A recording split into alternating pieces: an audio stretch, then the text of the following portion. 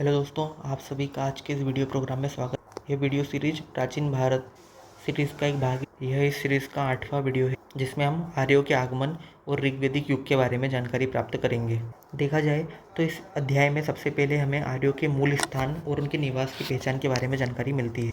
जो आर्यों का मूल निवास स्थान था वो आल्प्स पर्वत के पूर्वी क्षेत्र में है, जो यूरेशिया कहलाता है। यही बताया जाता था। वे हिंदू यूरोपीय परिवार की भाषाएं बोलते थे। साथ ही साथ यदि बात की जाए तो आज के समय का जो कुत्ता, घोड़ा और पशुओं के नाम, कुछ पेड़ पौधों के नाम, वो भी हिंदू यूरोपीय भाषा के समान ही जान पड़ते हैं।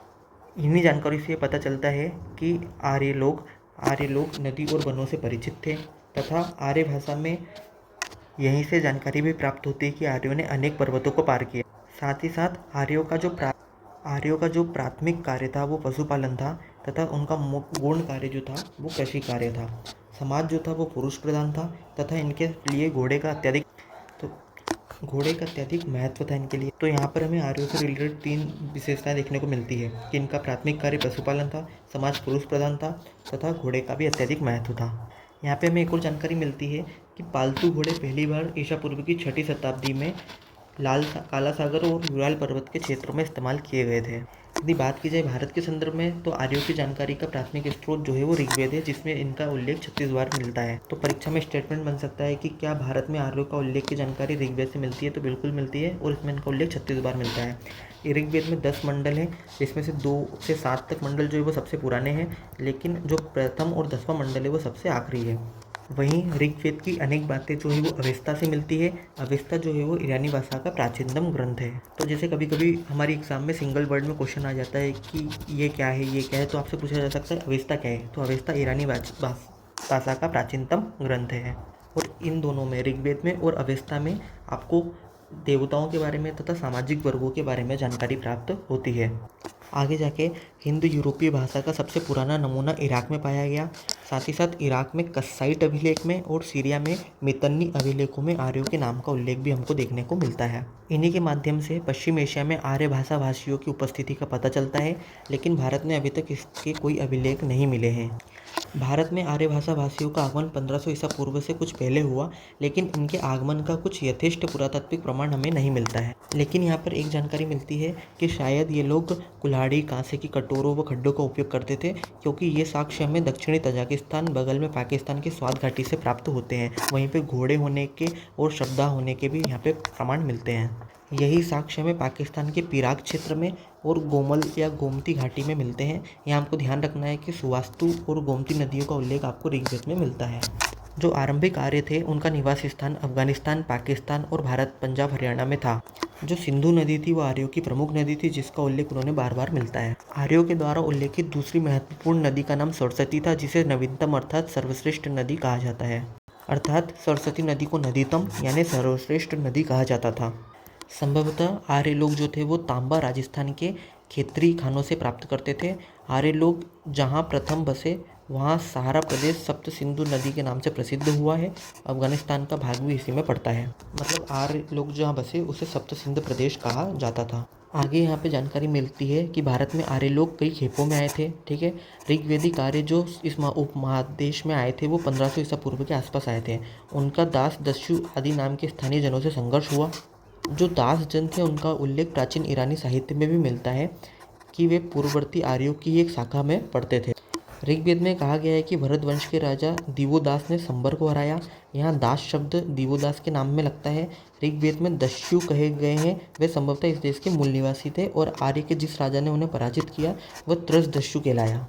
ध्यान रखना है, ऋग्वेद में दास दस्युता का बार बार उल्लेख मिलता है, लेकिन दास हत्या का उल्लेख नहीं मिलता है। आगे हम देखेंगे जनजातीय संघर्ष के बारे में। यहाँ पर हम लोग ये तो नहीं जानते कि आर्यों के शत्रुओं के हथियार कैसे थे, पर यहाँ पर ये याद करना जरूर आसान है कि इंद्र ने आर्यों के शत्रुओं को बार बार पराजित किया था। इसी कारण ऋग्वेद में इंद्र को पुरंदर कहा गया है। और जो आर्य थे वो अश्वचालित रथ का प्रयोग करते थे, इसी कारण उन्होंने कई युद्ध जीते। यहाँ पर एक और जानकारी मिलती है कि वैदिक आर्यों को 2 तरह के संघर्ष का सामना करना पड़ता था। पहला, वो जहाँ के स्थानीय लोग थे, आर्य के पूर्व लोग जन, उनसे लड़ाई करते थे। दूसरा, उनके कबीलाओं के बीच आपस में भी युद्ध होते थे। भरत और त्रिशु आर्यों के शासक वंश थे और पुरोहित वशिष्ठ दोनों इसके समर्थक थे। इसी भरत कुल के नाम के आधार पर इसका नाम भारतवर्ष पड़ा। इस कुल या कबीले का उल्लेख सबसे पहले ऋग्वेद में मिलता है। यहाँ पर भरत और 10 राजाओं के बीच की लड़ाई का वर्णन है, जिसे दशराग का युद्ध भी कहा जाता है। दशराग का युद्ध मतलब 10 राजाओं का युद्ध। दशराग का युद्ध किस नदी के तट पर हुआ?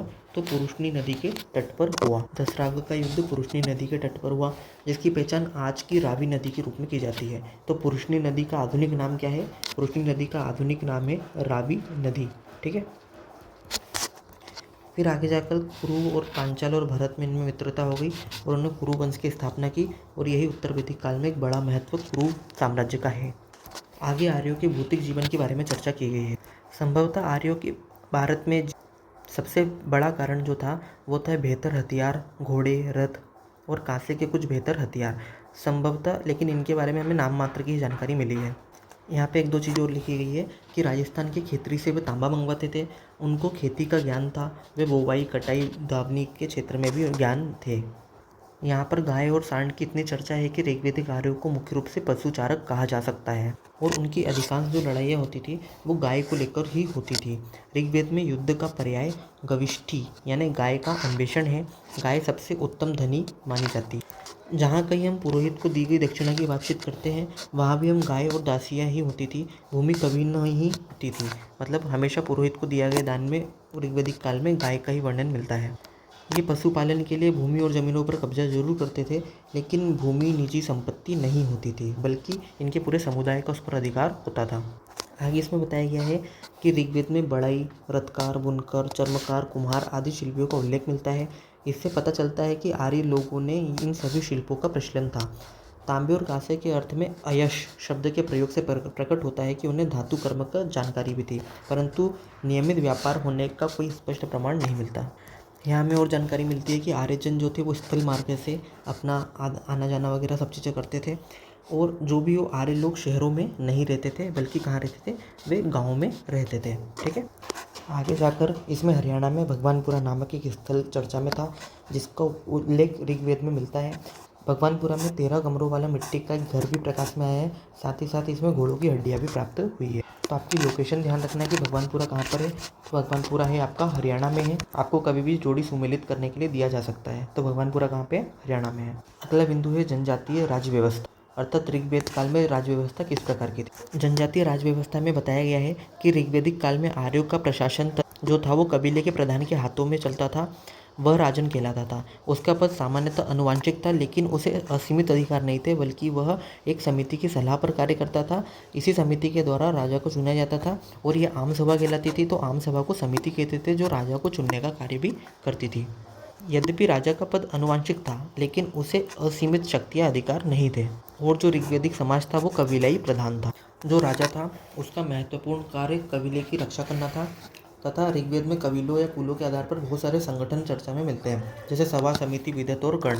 यहाँ हमें एक चीज़ ध्यान रखना होगा कि ऋग्वेदिक काल में स्त्रियां भी सभा और समिति में भाग ले सकती थी, और सभा और समिति का महत्व इस बात से भी लगाया जा सकता है कि राजा को इनका समर्थन वगैरह प्राप्त होना अनिवार्य था। अब यहाँ पे आगे बताया गया है कि दैनिक प्रशासन में कुछ अधिकारी राजा की सहायता करते थे। इसमें पहला है पुरोहित, और ऋग्वेदिक काल में 2 पुरोहित, एक है वशिष्ठ और एक है विश्वामित्र, 2 महान पुरोहित थे, जिसमें से विश्वामित्र ने ही गायत्री मंत्र की रचना भी की थी। एक और व्यक्ति जो था सेनानी था, जो भाला, कुठार, तलवार आदि शस्त्र चलाना जानता था और रक्षा में जुटा रहता था। हमें ऐसे किसी अधिकारी के बारे में पता नहीं चलता है जो कर वसूलते थे। न ही ऋग्वेदिक काल में किसी प्रकार के न्यायाधीश का उल्लेख मिलता है। ठीक है। लेकिन न्यायाधीश का उल्लेख नहीं मिलने का अर्थ ये नहीं लगाया जा सकता कि ये समाज अत्यधिक आदर्श समाज था। नहीं, ऐसा बिल्कुल भी नहीं था। यहाँ पे चोरी और सेंधमारी वगैरह होती थी, विशेष रूप से गाय की चोरी होती थी, और इन्हीं सब की जानकारी इकट्ठा करने के लिए जो राजन था वो गुप्तचर विभाग की स्थापना की गई थी। कर अधिकारी का यहाँ पे उल्लेख नहीं मिलता है, लेकिन यहाँ पे एक बलि नामक कर का उल्लेख मिलता है, जो राजा को लोग स्वेच्छा से अंशदान के रूप में दिया करते थे। तो यहाँ पे हमें पुरोहित की जानकारी मिलती है, सेनानी की जानकारी मिलती है। साथ ही साथ हमें यहाँ पर एक बताया चलता है कि यहाँ पे कर अधिकारी नहीं था। ठीक है, कर अधिकारी नहीं था। राजा को स्वयं प्रजा कर देती थी, जो बलि नामक कर होता था। ठीक है।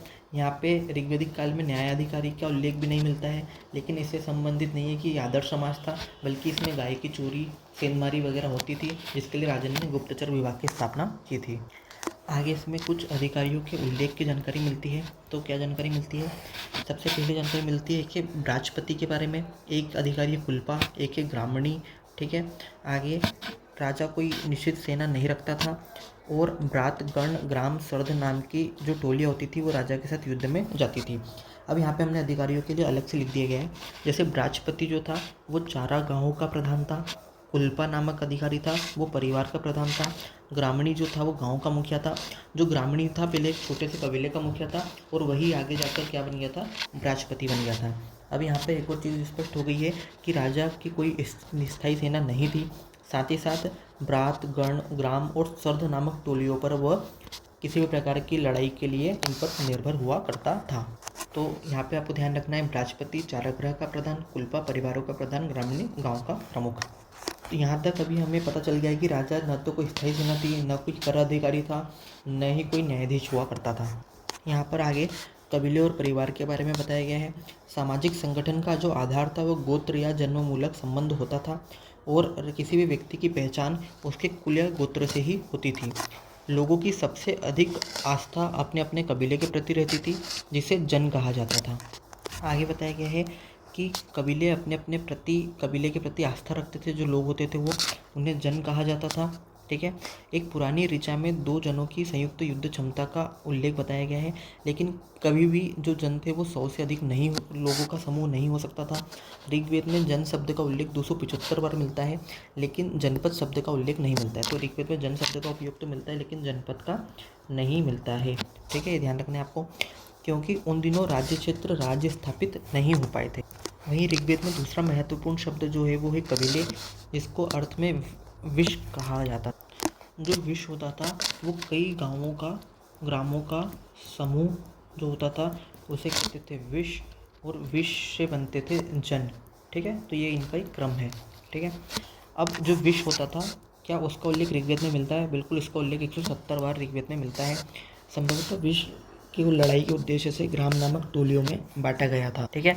तो विश को ग्राम नामक टोलियों में बांटा गया था। आगे ऋग्वेद में परिवार वाचक कुल शब्द का प्रयोग विरल है। इसमें केवल माता पिता पुत्र और दास आदि ही नहीं आते थे, बल्कि और भी लोग आते थे। प्रतीत होता है कि आरंभिक वैदिक अवस्था में परिवार का अर्थ ग्रह शब्द से था। ऋग्वेद में बार बार ग्रह शब्द का उल्लेख मिलता है, ठीक है। प्राचीनतम हिंदू यूरोपीय भाषा में पोते नाती भांजे भतीजे आदि सब एक ही शब्द में आते थे। इसका अर्थ ये होता है कि पृथक कुटुंबों की स्थापना की दिशा में पारिवारिक संबंधों का विभेदीकरण बहुत अधिक नहीं हुआ। जो कुटुंब था वो एक बड़ी सम्मिलित इकाई होता था। रोमन समाज की तरह यह पितृसत्तात्मक परिवार था। तो ऋग्वैदिक समाज जो भी था वो भी पितृसत्तात्मक ही था, जिसमें पिता मुखिया होता था। जान पड़ता है परिवार की अनेक पीढ़ियां एक घर में साथ साथ रहती थी। निरंतर युद्ध में लगे पितृसत्तात्मक समाज में लोग हमेशा वीर पुत्रों की प्राप्ति के लिए देवता को प्रार्थना करते थे। ऋग्वेद में बेटी के लिए कामना कहीं व्यक्त नहीं की गई है, जबकि प्रजा संतान और पशु की कामना सूक्तों में बार बार देखने को मिलती है। स्त्रियां सभा समिति में भाग तो ले सकती थी, वे पतियों के साथ यज्ञों में आहुति भी दे सकती थी। सूक्तों की रचना करने वाली 5 महिलाएं ज्ञात हैं। बाद में ग्रंथों में ऐसी 20 स्त्रियों का भी उल्लेख मिलता है। निसंदेह सूक्तों की रचना मौखिक होती थी और उस काल में कोई लेख नहीं थे। वहीं इस समाज में विवाह संस्था भी कायम हो चुकी थी, यद्यपि कुछ आदमी प्रथाओं के अवशेष का आभास मिलता है। जुड़वा भाई बहन यम यमी की कहानी भी मिलती है। यहाँ पर बहुपति प्रथा के भी कुछ संकेत मिलते हैं। उदाहरणतः रोदसी ने मिलकर भोगा और सूर्य की पुत्री सूर्या दोनों भाई अश्विन के साथ रहती थी, लेकिन ऐसे उदाहरण बहुत नहीं। ऋग्वैदिक काल में नियोग प्रथा और विधवा विवाह दोनों ही प्रचलित थे। यहाँ पर नियोग प्रथा क्या होता था कि जैसे कोई महिला है, उसका पति यदि मृत्यु हो जाती किसी कारण से, तो वो उसके देवर से विवाह कर सकती थी। इसी को बोलते हैं नियोग प्रथा। तो यहाँ पर हमने सबसे पहले देखा था जन के बारे में। जन क्या होते थे? कबीले का समूह होता था। फिर विश के बारे में जाना। जन जो था वो विश में बटा होता था। विश जो होता था वो गाँव का समूह होता था। साथ ही साथ ऋग्वैदिक काल में नियोग प्रथा और विधवा पुनर्विवाह की अनुमति भी होती थी। आगे देखेंगे ऋग्वैदिक कालीन सामाजिक वर्गीकरण। आर्यों के द्वारा जीते गए दास और दस्यु जनों के लोग दास और शूद्र कहलाने लगे। ऋग्वेद में आपको आर्य वर्ण का भी उल्लेख मिलता है और दास वर्ण का भी उल्लेख मिलता है, ठीक है। जीती गई वस्तुओं में कबीले के सरदारों और पुरोहितों को अधिक हिस्सा मिलता था। स्वभावतः वह अपने गोतियों और भाई बंधुओं को वंचित करते थे और अधिकाधिक धन संपन्न होते गए। इससे कबीले में सामाजिक असमानता भी देखने को मिलती है। तो आपको यहाँ पर दो चीज़ें देखने को मिलती है, एक है आर्य वर्ण और दास वर्ण और दूसरी है सामाजिक असमानता भी यहाँ पर देखने को यहाँ पर मिलती है। धीरे धीरे कबालियाई समाज 3 वर्गों में बढ़ गया, योद्धा, पुरोहित और सामान्य लोग। ठीक है, इस तरह विभाजन इंसान ईरान में भी देखने को मिलता है। चौथा वर्ग शूद्र कहलाता है। तो कौन कौन से वर्ग बढ़ गए? सबसे पहला था योद्धा वर्ग, दूसरा था पुरोहित वर्ग। ठीक है, तो यहाँ पे आपका 4 वर्गों में सबसे पहला है पुरोहित, दूसरा है योद्धा, तीसरा है सामान्य लोग और चौथे नंबर पर आ जाएंगे आपके शूद्र। ठीक है, ऋग्वेद काल के अंत में दिखाई देता है क्योंकि इसका सर्वप्रथम उल्लेख ऋग्वेद के 10वें मंडल में देखने को मिलता है। तो ऋग्वेद का 10 मंडल किससे है? तो वो 4 वर्णों से संबंधित है। पुरोहित को दक्षिणा में दास दिए जाने की बात बार बार सामने आती है। मुख्य रूप से दासियों को दान दिया जाता था और घरेलू काम कराया जाता था उनसे। यह साफ जाहिर होता है कि ऋग्वेदिक काल में दास प्रत्यक्षतः खेती के काम में या अन्य उत्पादक गतिविधि में नहीं लगाए गए थे। तो यदि आपको एक स्टेटमेंट आता है कि ऋग्वेदिक काल में दासों का उपयोग जो है वो प्रत्यक्ष रूप से आर्थिक गतिविधियों में मिलता है, तो वो कथन यहाँ पर गलत हो जाएगा। ठीक है, नहीं लगाए गए थे। तो यहाँ पे लिख दिया अलग से, ऋग्वेदिक दास जो थे वो प्रत्यक्षतः कृषि आर्थिक गतिविधि में नहीं लगते थे। जो ऋग्वेद का समाज में विभाजन था, बेसिकली वो समाज का विभेदीकरण का आधार था व्यवसाय के आधार पर, किंतु उन दिनों में विभेदीकरण बहुत कड़ा नहीं होता था। ऋग्वेद में किसी परिवार का एक सदस्य कहता है कि मैं कवि हूँ। ठीक है, वो क्या कहता है? मैं कवि हूँ, मेरे पिता वैश्य हैं, मेरी माता चक्की चलाती है और विभिन्न व्यवसायों के जीविका उपार्जन करते हम एक साथ रहते हैं। ठीक है, मतलब एक ही परिवार का सदस्य शूद्र, वैश्य और अलग अलग गतिविधि के कारण अलग अलग वर्ण में जा सकता था। गाय, रथ, घोड़े, हाथ, दास दासी दान के लिए दिए जाते थे। ठीक है, युद्ध में हाथ लगी संपत्ति का असमान वितरण के कारण समाज में असमानता देखने को मिलती है। इससे सामान्य कबायली लोगों को वंचित करते हुए राजा व पुरोहित को आगे बढ़ने में सहायता मिली। जो ऋग्वेदिक थे उनके ऋग्वेदिक समय में मुख्य आर्थिक जो कार्य था वो क्या था? आर्थिक क्रियाकलाप पशुचारण था। इसीलिए प्रजा से नियम पूर्वक कर वसूलने की गुंजाइश बहुत कम थी। हमें दान भूमि मिलने का भी उल्लेख नहीं मिलता है। अन्य दान का भी विरल वर्णन मिलता है। हम दास दासियों को पाते हैं लेकिन मजदूर नहीं दिखते हैं। ठीक है, समाज में कबायली तत्व प्रबल थे। कर संग्रह, भूमि संपदा, स्वामित्व आश्रित सामाजिक वर्गीकरण नहीं हुआ था। समाज अब भी कबायली और समतानिष्ठ था। तो यहाँ पे आपको 2-3 चीज़ ध्यान रखना है। मुख्य आर्थिक क्रियाकलाप पशुचारण। हमें दान में भूमि मिलने का उल्लेख नहीं मिलता है। हम दास दासियों के लिए तो शब्द मिलते हैं लेकिन मजदूर का उल्लेख भी यहाँ पे नहीं मिलता है। साथ ही साथ कर संग्रह और भूमि संपदा के स्वामित्व पर आश्रित सामाजिक वर्गीकरण का भी उल्लेख यहाँ पर नहीं मिलता है, बल्कि एक समतानिष्ठ समाज के बारे में जानकारी मिलती है। ठीक है, अब देखते हैं कि ऋग्वेदिक देवताओं के बारे में। ऋग्वेदिक देवता जो थे बेसिकली प्राकृतिक, जो हमारे आसपास जो माहौल था उसी को देवता के रूप में इन्होंने पूजा। ऋग्वेद में सबसे प्रतापी जो शासक था उसे इंद्र, मतलब सबसे प्रतापी देवता को इंद्र माना गया। ये इसे पुरंदर कहते थे। इसे किले को तोड़ने वाला तथा इनकी तरफ से युद्ध लड़ने वाला होता था। इंद्र का उल्लेख 250 सूक्त में मिलता है। ठीक है, जब वह बादल का देवता माना गया है, वर्षा कराता था। दूसरा देवता प्रमुख था अग्नि। इसका उल्लेख 200 सूक्तों में मिलता है। तो इंद्र का उल्लेख 250 में, अग्नि का उल्लेख 200 सूक्तों में। आदिम व्यवस्था के लोगों में अग्नि की भूमिका बड़े महत्व की रही है क्योंकि इससे वह जंगलों को जलाना, खाना पकाना के काम में लाते थे। अग्नि की उपासना न केवल भारत में अपितु ईरान में भी जागृत रही। वैदिक काल में अग्नि देवता और मानवों के बीच मध्यस्थ का काम किया। समझा जाता है कि अग्नि में डाली जाने वाली आहुति धुआं बनकर आकाश में जाती थी और अंततः देवताओं को मिल जाती थी। जो तीसरा महत्वपूर्ण देवता था वो था वरुण, जो जल या समुद्र का देवता माना जाता था। इसे ऋतु अर्थात प्राकृतिक संतुलन का रक्षक भी कहा जाता है। ठीक है, आगे क्या लिखा गया? जगत में जो भी घटना घटित होती थी उसमें इन्हीं देवताओं को वो मानते थे। ऋग्वेद के बहुत से सूक्तों में एक प्रकार से पौधे हैं जिसकी पहचान अभी तक पक्की नहीं की गई है। इसे सोमरस बनाने की विधि का उपयोग किया जाता था। मरुद आंधी के देवता कहलाते थे। तो मरुद जो थे वो आंधी के देवता कहलाते थे।